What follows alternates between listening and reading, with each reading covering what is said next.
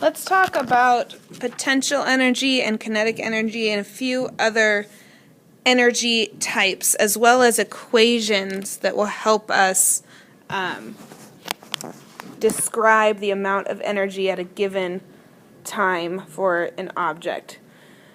So we have kinetic energy, and I'm going to use Ke for kinetic energy. And the equation for kinetic energy is 1/2 mv squared. The m stands for mass of the object. The v is velocity.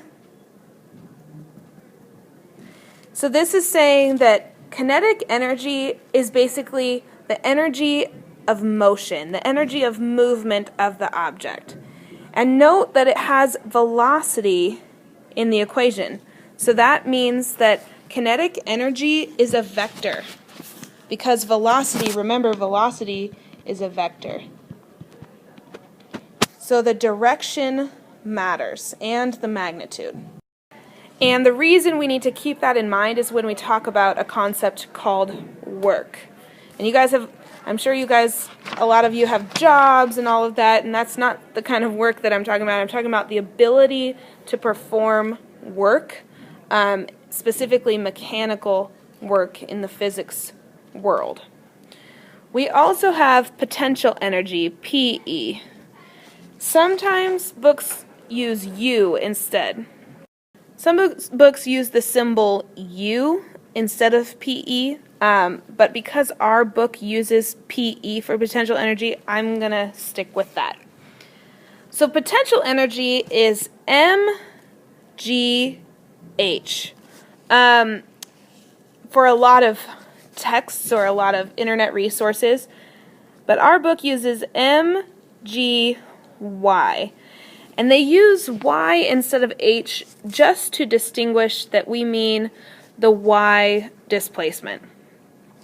So m here is also mass, and our y is y displacement. And g, just like always, is gravity.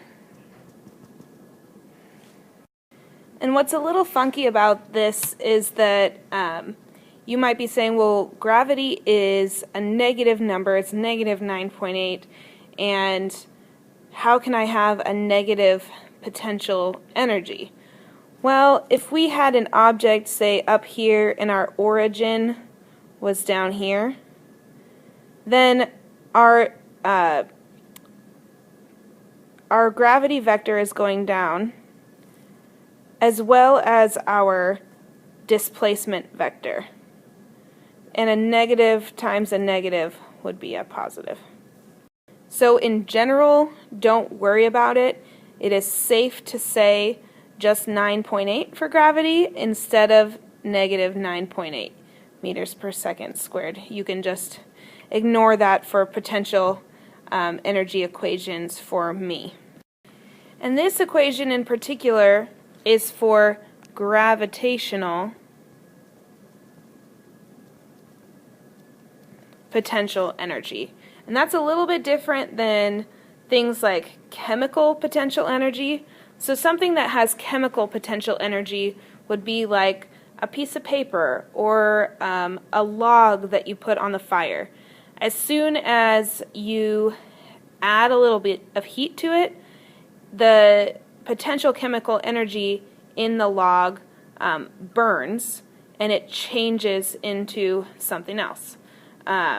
Same thing with a piece of paper. As soon as it burns, it changes, and that chemical potential energy gives off the flame that you see. So some of you may already be aware that in general, when we're talking about energy, we're going to be talking mostly about kinetic energy and gravitational potential energy. And what's important to know about these two kinds of energy is, sorry, they updated my operating system and it's making it more difficult to erase things. It's interesting because kinetic energy and potential energy can kind of be considered as opposites. So when kinetic energy is up, then potential energy is down. And vice versa. So we can actually use that information to solve a lot of problems, and a lot of times when we're talking about work. But let's talk about these two specifically first. So our total mechanical energy in a system, so E total, or just big E, is 1/2 mv squared plus mgh. So the total energy in a system doesn't change. In a frictionless system, it does not change. So if all we have is kinetic energy, then we have zero potential energy, and vice versa. So if we have the skateboarder idea and they're on a half pipe and we're just talking about one dimension, then up here at the top of his motion, if he goes down and then back up to the other side before going down again, up at the top he just has, that looks like a giant smiley face, he just has potential energy. His vertical velocity has gone to zero if we're just talking about one dimension. And then when he goes down the ramp at the bottom, he has all kinetic energy. He has no more potential energy because his height has gone to zero.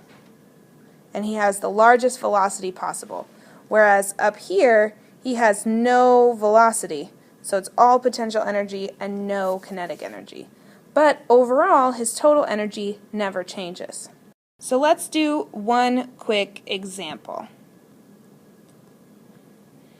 I have a 755 Newton diver, and his board is 10 meters above the water's surface, and I want to find out what is his speed 5 meters above the water surface. So V at h equals 5 meters is a question mark for us. So I can say that his overall energy doesn't ever change.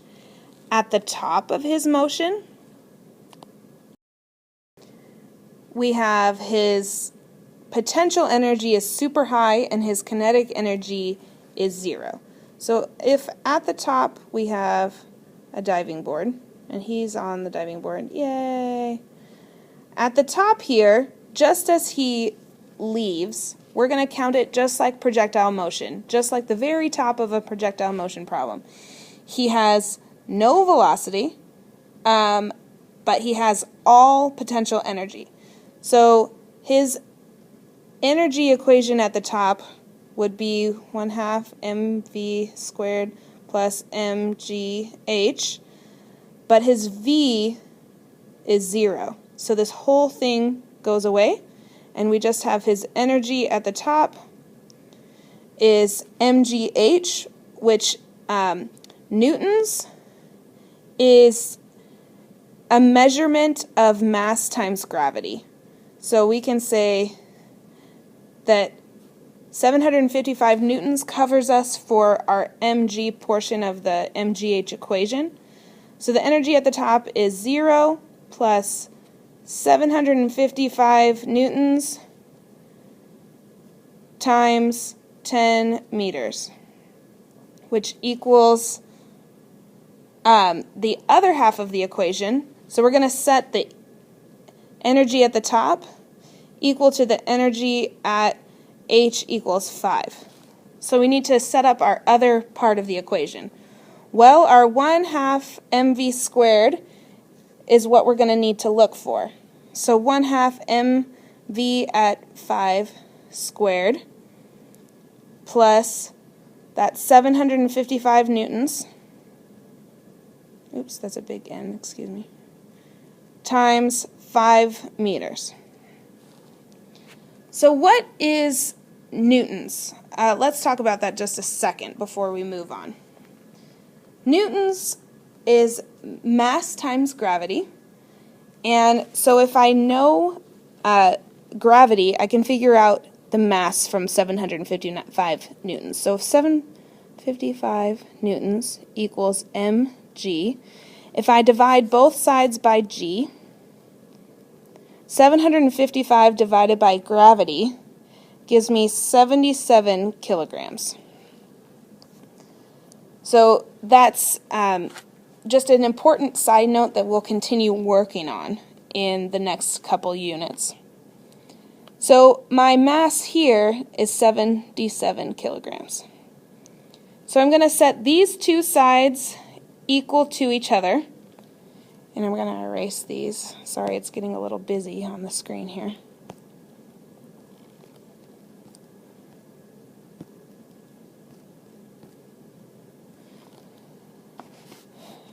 And solve for V. So if I take 755 times 10 and subtract 755 times 5, and then divide both sides by 1/2 times 77 and take the square root, I get V equals 9.9 meters per second.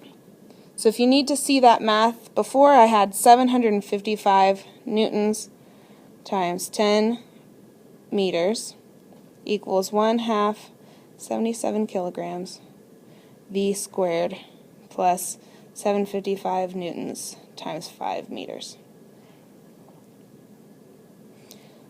So I subtract this from both sides.